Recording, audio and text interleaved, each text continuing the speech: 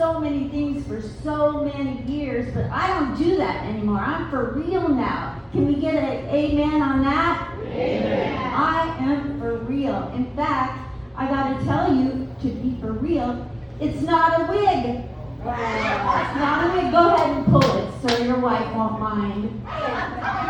Pull it real hard. There you go. He's the best puller ever. Give it up for him. Pulling my hair. I don't know why you can't be a little older and have nice hair, but whatever. People always say it's a wig, isn't it? No. And I'm not a cougar. I don't know what it is about young men, but I am not a cougar. I have osteoporosis. Leave me alone. And I'm not a Karen. Why does everybody think I'm a Karen, Linda? I'm not a Karen. Not here, not where there's witnesses. Keep that stuff out. Plan it. And I got a shocker for you. Get ready. I've been getting older. Has anybody else been getting older up in here? Yeah, it's a great topic, I know. I had a birthday though. Isn't that fabulous? I had a birthday. Yeah. It was back in March, but I'm still celebrating. Yeah. I had a birthday and I turned 27. I did. 27,900 days old. It's a lot of birthday candles, I know. If you wake up, folks, call it a birthday. Who's going to stop you? No, I'm not going to stop. Call any day a birthday. Just be glad you woke up, right? Yeah, I know. I go by Linda Marcus Smith, and I get it a lot. You dress in a prom gown, you have 3 names, you must be a diva. I'm not a diva. I go by 3 names for a very good reason. Because I'm still mad about John Wilkes Booth. Boomers hold grudges, who'd have thought? He makes me so mad, you guys, that John Wilkes Booth. He was in the theater that day that President Lincoln was shot because he was an actor.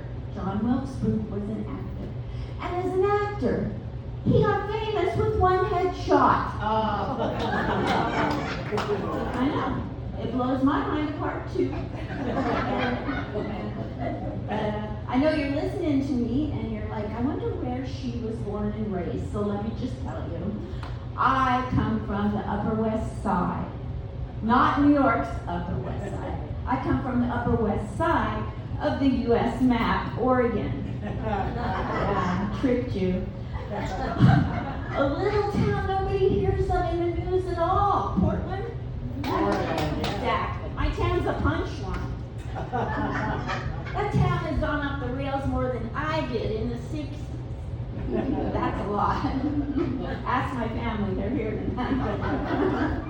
Yeah. I have a twin brother in Portland. I know, he gets a lot of applauses like this. I do have a twin, his name is Fred, I'm not making this up. And my twin brother is funny, and he sent me a joke. I said to him, Fred, do you ever get sick and tired of people saying, are you identical to your sister? I know, we get that all the time, and I'm like, almost identical, I don't know. And so he said, yes, I do get sick of it. And I go, what do you tell them, Fred? He said, I tell them that we do look exactly alike when I, Fred, am in drag. I said, TMI. And by the way, have you ever wondered why people with TMI never get TMJ? And I know being from Portland, there's weird things about Oregon and Portland. For instance, Oregon, anybody from Oregon besides my family? Okay. Being from Oregon is like nothing. It's boring there. It either rains or sunny, and it's so boring in Oregon. How boring? How boring? It's so boring there. They even named a town Boring, Oregon. They get it. And Boring, Oregon is right next door to Happy Valley, Oregon. Yeah, and Happy Valley people are so happy because they're not in Boring or Portland. They're winning on some level. I don't know. I wanted to get the heck out of Portland most of my life. I'm going to be honest. I'm for real now. And when I grew up, all it did was rain 190 days a year. So I would sit at the window. This is a window. And I would look out and pray that the rain would stop. Do you know what comes out when the rain stops? Rainbow. No, the people. The Portland people. With their bi-level haircuts and smirk blue hair and Oshkosh by gosh. Oh my God. We're an hour from the mountains, an hour from the beach. And they're like, the sun comes out, and they're like, what do we do? What do we do? Do we go to the mountains? Do we go to the beach? Stay home, take another shower. The first one didn't take.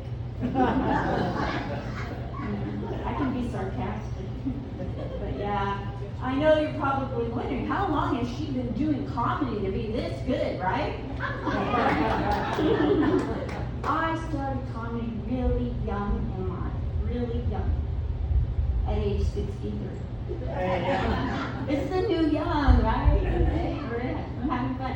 And when I started comedy in my hometown of Portland, all of the young comedians, God bless their souls, wanted nothing to do with a little old lady telling jokes. Can you believe that? It's true. I'm for real. I'm telling real stories here, folks. And I thought, well, you know what? You just done messed with a boomer. We just don't go away that easily, and if we do, we come back. So I did the unthinkable, and you might have to tilt your head, but I got down on the ground, even with a calm down, because that way you don't have a view to do it. Anyway, I started doing sit-ups. Oh, you're going to try to ignore me, are you? Well, isn't that cute? Well, I was in the military in 1973. I can do these all day long till we vote in 5 more presidents. I can do these while I'm doing the dishes and checking on the Roomba. I'm not going to vacuum. So I just kept doing that. Pretty soon they just started taking They started taking notice and realizing they can't make the little old lady go away with her tail between her legs. I'm not going away. I'm here for real. So they came back in from their smoke breaks. I taught young boys to smoke. All I had to do is go on stage. But they came back in to see what I was doing, and they started filming me. This was filming in Portland, Oregon. Probably still is. And the video went around the world. It went viral of me doing sit-ups. Right? That's why you get to see me here tonight, because of my haters. I'm so happy I have haters, because when you do, they make you try harder, right? Yeah. And they actually help elevate your game. So let's give it up for haters. Yeah. And that's a takeaway from a boomer. And anytime you have a takeaway from a boomer that has nothing to do with an ambulance, that's a good day. That's a good day. And I see the looks in your eyes. I can actually see most of you, except right there. I know you're wondering, I see this look all the time. What was Linda Marcus Smith doing in June of 1973? Let me just tell you. I went to the post office. I hate to brag, but I went to the post office. And there he was, a man. And he looked at me and he said, the unthinkable. For the first time in my life, I was young and innocent. He said he wanted me. He pointed and said it loud, like full caps. All right, it was just a poster of Uncle Sam. Well, a girl can dream. It was a poster, the military one. Uncle Sam wanted me to go as far away as possible. Do you know in those days, do you know how they tested to see how intelligent you were? Any military here? You are. Thank you for your service. Anybody else? Did I miss anybody? Well, anyway, they would have you step up to a plate that had a lot of gears. It was called the ASVAB test, or part of it. And they would have you turn a knob, and it would turn another knob and another. And you had to guess which way that knob turned because it turned this knob. It's like they could tell how smart you were. You did this. Could have done this at home. No. Based on, you could wind up being an airplane mechanic, an engineer of some other kind, whatever. You could be anything, a fighter pilot, based on the way you turn the knob. based on the way that I turned that knob that day, they knew I was perfect for cashier in the commissary. Counted money. It wasn't a stretch. I'm part Jewish. You can laugh. I'm laughing at myself.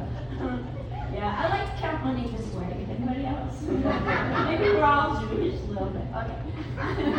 Anyway, so yeah, they put me on a post in Germany, Hanau, Germany. One woman with 2,000 men. Yeah. I hope I never get Alzheimer's and forget that. Those were the good old days. Yeah. But I've done a lot of good things in my life, and I've done some bad things, which I'm not proud of, and I won't go into. But I have cleaned up my karma. I've gone and I've asked everybody to forgive me. That's why my family's here. Give it up for my family. Yeah. So, but I want you to remember me by my name, Linda Marty Smith. But also I want you to remember, I now identify, we're all identifying, I identify as a cab, a taxi cab. Because I'm confident, assertive, and bold, just like a cab. Maybe. Okay. I know it's a stretch, but it's going somewhere.